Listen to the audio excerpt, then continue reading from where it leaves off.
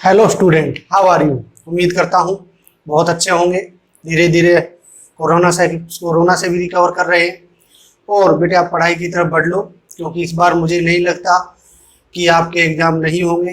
पूरी उम्मीद है एग्ज़ाम होंगे, और वैसे भी आगे के लिए आपको तैयारी तो करनी ही पड़ेगी। तो मुद्दे की बात करते हैं। बेटे मैंने आपका फर्स्ट पार्ट जो करवाया था लाइट का, आज लाइट का सेकंड पार्ट में करवा रहा हूँ। इससे पहले मैंने इंट्रोडक्शन करवाया था, definition of light, speed of light, real and virtual image. उसके अलावा laws of reflection and reflection की डेफिनेशन वगैरह मैंने करवाई थी। आज जो मैं करवाने जा रहा हूँ वो है आपकी images. Very important topic from board point of view. Light में इमेजेस और न्यूमेरिकल ही मेन है। ये अगर टॉपिक कवर हो जाते हैं तो सोच लो आपका ये चैप्टर क्लियर हो जाएगा। बिल्कुल जीरो से लेके चलेंगे, एक एक पॉइंट में एक्सप्लेन करूंगा। अगर कहीं भी कोई प्रॉब्लम आए तो आप कमेंट में बता सकते हैं, हम उसको सॉल्व करने की पूरी कोशिश करेंगे। तो देखो बेटे, लाइट मिरर से पहले जो मिरर करवाने से पहले मैं मिरर के बारे में बता देता हूँ थोड़ा सा। मिरर जो है वो दो तरह के होते हैं, एक कॉनकेव मिरर और दूसरा कॉन्वेक्स मिरर।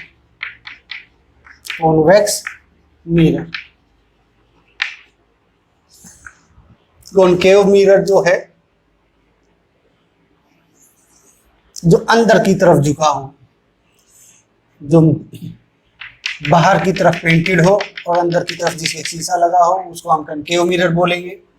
और इसी का ऑपोजिट अगर मैं करूं, अंदर की तरफ अगर पेंट है और बाहर की तरफ अगर मिरर है तो वो कॉन्वेक्स मिरर कहलाएगा। अब एक चीज और ध्यान रखना, कोई भी कॉनकेव मिरर है एक तरह से ये स्फेरिकल पार्ट होता है। फॉर एग्जांपल ये कोई ग्लास का स्फीयर है, और अगर मैं इसका ये हिस्सा काट लूं, ये हिस्सा काट लिया मैंने और इसके यहाँ पेंट कर दिया तो ये कॉनकेव बन गया।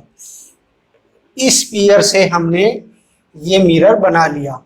अब अगर स्फीयर की बात करूं तो इस स्फीयर का कोई ना कोई तो सेंटर रहा होगा। तो जो स्फीयर का सेंटर था उतने ही डिस्टेंस पे यहाँ पे, फॉर एग्जांपल इस स्फीयर का सेंटर यहाँ था, तो ये बोला जाता है सेंटर ऑफ कर्वेचर, और ये बोला जाता है पोल, और इस लाइन को बोला जाता है प्रिंसिपल एक्सिस। और पी और सी, पोल और सेंटर ऑफ कर्वेचर के मिड पार्ट को बिल्कुल मिडल में, ये आपका फोकस, इसको बोलते हैं फोकस। तो मैं एक बार दोबारा रिपीट कर देता हूं, ये कॉनकेव मिरर है। कॉनकेव मिरर में इस लाइन को बोला जाता है प्रिंसिपल एक्सिस, और जहां पे ये मिरर पे अटैच होगी, टच करेगी, उसको बोला जाता है पोल। पी मतलब पोल, एफ मतलब फोकस, और सी मतलब सेंटर ऑफ कर्वेचर। इसको नोट कर लेना, आपके काम आएगा, सेंटर ऑफ कर्वेचर। ये सेंटर ऑफ कर्वेचर क्या है?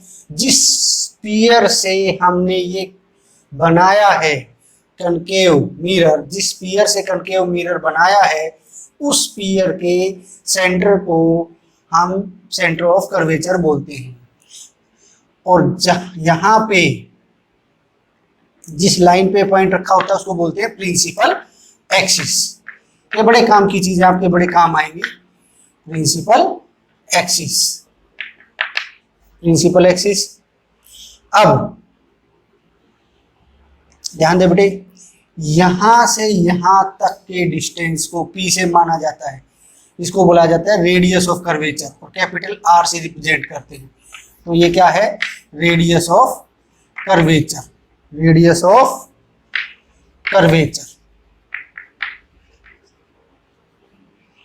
और यहां से ये वाला पी से एफ तक का जो डिस्टेंस है उसको स्मॉल एफ से रिप्रेजेंट करते हैं, और ये होता है फोकल लेंथ। तो ये रिप्रेजेंटेशन है और ये आपके बार बार काम आएंगे, बार बार इमेजेस बनाते वक्त काम आएंगे। मैं एक बार फिर रिकैप कर देता हूँ, रिपीट कर देता हूँ। ये concave mirror, this is principal axis, this is centre of curvature represented by C, this is focus, this is pole. The distance between pole and C is radius of curvature represented by R, and the distance between F and P is represented by small f and known as focal length. तो ये इसकी representation है और ये principal axis, ये इसकी representation है। ये आपको अच्छी तरह से याद होनी चाहिए, प्रैक्टिस कर करके अपने आप याद हो जाएगी। अब इसके कुछ रूल हैं, वो रूल पता होने चाहिए तभी आप इमेजेस बना पाओगे, otherwise it is not possible you can draw the images. रटना नहीं है बेटे, रटना नहीं है, आपको मैं दोबारा कह रहा हूँ, रटना नहीं है, हर चीज को समझना है। चलिए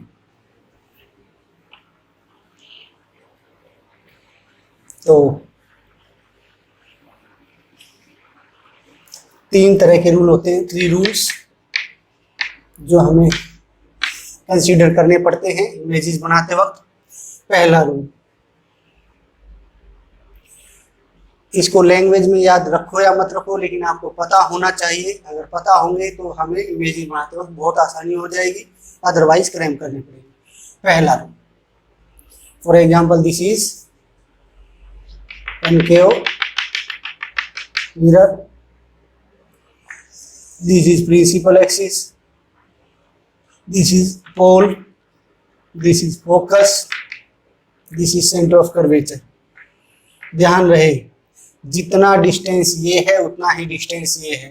फॉर एग्जांपल यहाँ से यहाँ तक P तक अगर ये 6 सेंटीमीटर है तो यहाँ से यहाँ तक 3 और यहाँ से यहाँ तक 3, बिल्कुल मिडल में होता है। ठीक है, ये बात याद रखना है, न्यूमेरिकल में आपके काम आएगा। इसी फॉर एग्जाम्पल, और बेटे ये आपको प्रकार की हेल्प से बनाना है, मैं यहाँ बोर्ड पे सिर्फ आपको समझा सकता हूँ, बिल्कुल इजीली बन जाएगा, कोई प्रॉब्लम नहीं होगी। This is pole, this is for example focus, जितना डिस्टेंस ये है उतना ही डिस्टेंस हमारा हमने ये ले लिया। This is focus, this is centre of curvature. For example कोई ऑब्जेक्ट यहाँ रखा है तो फर्स्ट रूल क्या कहता है, अगर कोई रे प्रिंसिपल एक्सिस के पैरेलल जाएगी तो हमेशा फोकस से होके पास होगी। If a ray goes parallel to the principal axis, it will always pass through the focus. I am repeating my word. If a ray goes parallel to the principal axis, it will always passes through the focus. First rule, अगर कोई ray parallel जाएगी principal axis के तो focus के जाएगी, ये आपको पता होना चाहिए। Second,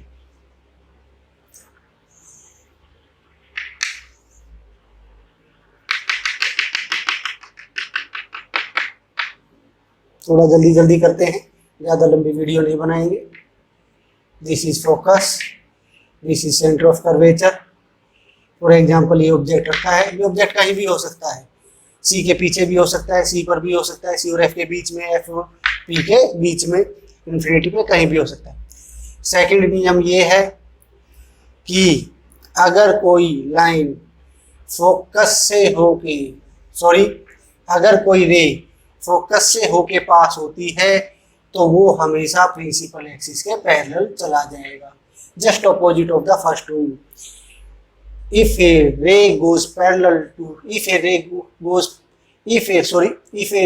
ray passes through the focus, it will always goes parallel to the principal axis. Second, third, इसी में बना देते हैं या यहाँ बना देते हैं, आपको समझ आ जाएगा।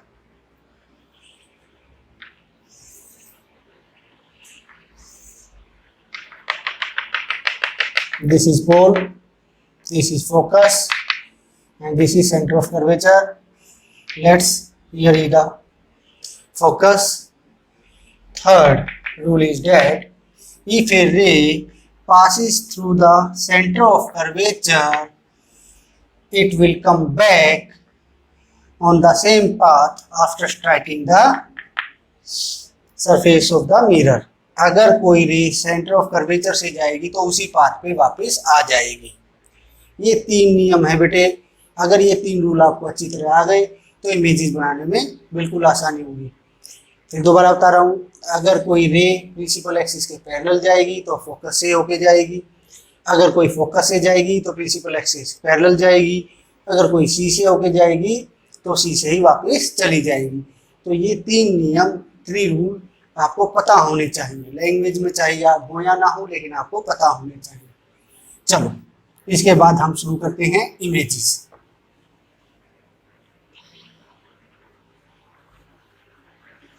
तो फर्स्ट इमेजेस,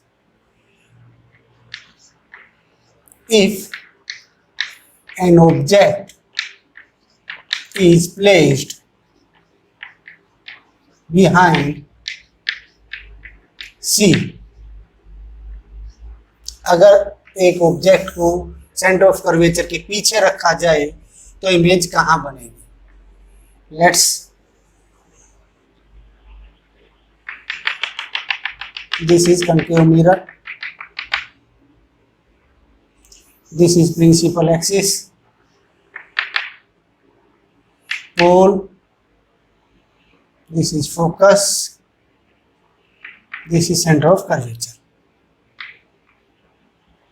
सी के पीछे हमें ऑब्जेक्ट को रखना है। इसके पीछे यहाँ भी रख सकते हो, यहाँ भी रख सकते हो, यहाँ भी कहीं भी रख सकते हो, आपकी इच्छा है, लेकिन सी के पीछे होना चाहिए। और ऑब्जेक्ट हमेशा प्रिंसिपल एक्सिस के ऊपर की तरफ होता है। जब न्यूमेरिकल करेंगे तो ऊपर की तरफ हम पॉजिटिव लेंगे, बताएंगे पूरा साइंस सिस्टम आपको। अगर सी के पीछे हमने ऑब्जेक्ट को रखा है तो इमेज बनाइए। देखो, तो जो हमने 3 रूल अभी आपको सिखाए थे उनमें से एनी 2, कोई भी 2 रूल हम अप्लाई करेंगे और यहाँ इमेजेस बनाएंगे। बेटर होगा जो मैं बता रहा हूँ, एनसीईआरटी को फॉलो करेंगे तो इजी हो जाएगा। अगर कोई लाइन प्रिंसिपल एक्सिस के पैरेलल जा रही है तो वो फोकस से होके चली जाएगी, ठीक है। और अगर कोई सी से होके जाएगी तो टकरा के वापस उसी पाथ पे चली जाएगी। अब जहाँ पे ये दोनों इमेज बनेंगी उसी पे हम बोलते हैं कि इमेज बन गई, ठीक है। अगर ये ए बी है तो ये ए बी ही बनेगा क्योंकि उसकी इमेज है, लेकिन हम डैश से प्रेजेंट कर देंगे इमेज को। और ये एरो जरूर लगाने हैं। अगर आपने पूरा डायग्राम अच्छी तरह बना दिया, पूरी इमेज बहुत अच्छी तरह बना दी, लेकिन अगर एरो नहीं बनाए तो बेटे 0 मार्क्स मिलेंगे, क्योंकि बेटे उसको क्या पता रे कहाँ से कहाँ जा रही है। अब देखो, जब भी आप इमेज बनाओगे तो हमेशा 3 चीज लिखनी होती है। वो तीनों चीज इमेजेस के बारे में होती हैं। First position, second size, third nature. और ये तीनों चीज इमेज के बारे में है। ऑब्जेक्ट के बारे में ऊपर बता देगा कहाँ रखी। पोजीशन, इमेज ये बनी है, इमेज ये बनी है, इसका मतलब पोजीशन क्या है? सी और एफ के बीच में। सी और एफ के बीच में, चाहे यहाँ बने, यहाँ बने, यहाँ बने, यहाँ बने, कहीं भी बने, लेकिन इनके बीच में बनेगी। बिल्कुल ये नहीं है मिडल में बनना, पर इसके बीच में। तो पोजीशन क्या है? Between C and F. किसकी पोजीशन? इमेज। ये तीनों चीज इमेज के बारे में बताते हैं। साइज क्या है बेटे? ये इतना, ये इतना, इतना करूँ तो छोटा है। अगर मैं इसको मेजर करूंगा तो ऑब्जेक्ट से छोटा। क्लियरली अगर प्रकार वगैरह की हेल्प से बनाओगे तो बिल्कुल इजीली आपका छोटा बनेगा और काफी छोटा बनेगा। मैं सिर्फ अंदाजे से बना रहा हूँ समझाने के लिए। तो साइज क्या होगा? Smaller than object, smaller than object. Nature क्या होगा? नेचर होगा रियल एंड इन्वर्टेड। एक्चुअल में कॉनकेव मिरर की सारी इमेजेस में रियल इन्वर्टेड आएगा, सिर्फ एक को छोड़ के। जब एफ और पी के बीच में रखेंगे वो बताऊंगा उसका रीजन में। नहीं तो सारी की सारी इमेज जो हैं वो रियल एंड इन्वर्टेड होगा। ऐसे भी याद कर सकते हो आप।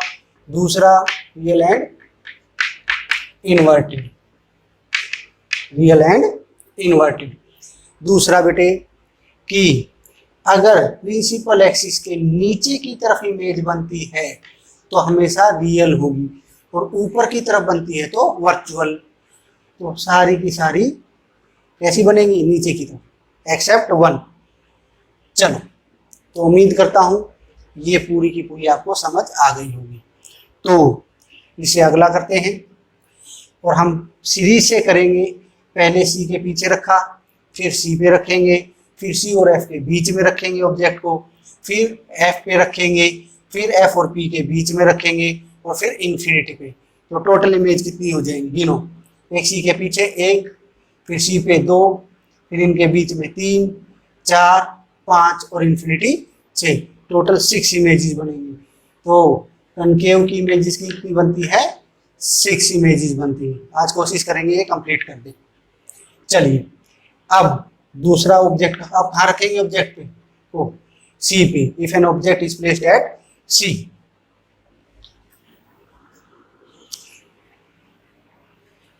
चले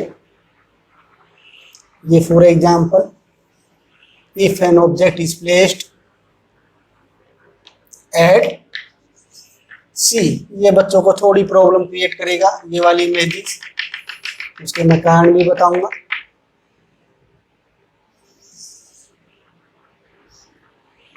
P,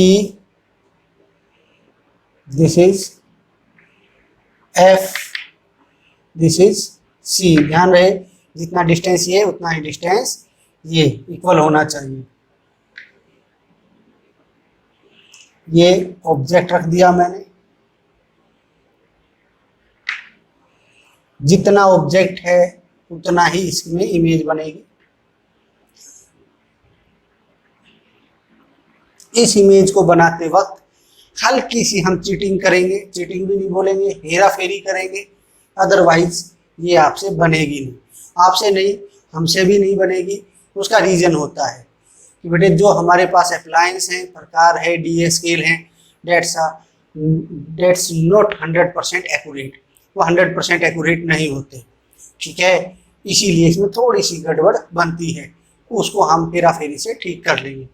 देखिए इसमें बेटे मुझे याद है, आपको भी याद होना चाहिए, बाद में याद करवाएंगे, कि जितना साइज ऑब्जेक्ट का है उतना ही साइज किसका बनता है, इमेज का बनता है। दूसरी बात, ऑब्जेक्ट सी पे, इमेज सी पे ही बनेगी। ये चीज़ें आपको न्यूमेरिकल में बहुत हेल्प करेंगी। ये सारी की सारी इमेज कहाँ पोजीशन रखेंगे, कहाँ इमेज बनेगी, ये याद होनी चाहिए। ट्रिक बताऊंगा याद करने की। तो पहले मैं एक सिंपल बना के दिखाता हूँ। एक रे गई पैरेलल, पैरेलल तो लेके ही जानी है हमेशा, फोकस से निकल जाएगी, फर्स्ट रूल बताया था।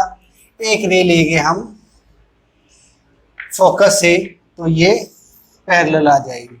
ये देखिए ये इमेज बन गई यहाँ, लेकिन ये बड़ी बन रही है, बड़ी दिख रही है, ठीक है। अदरवाइज आपकी यहाँ भी बन सकती है, यहाँ भी बन सकती है। रूल यही फॉलो करेंगे, लेकिन हम चीटिंग क्या करेंगे उसके ऊपर थोड़ा सा ध्यान देना है।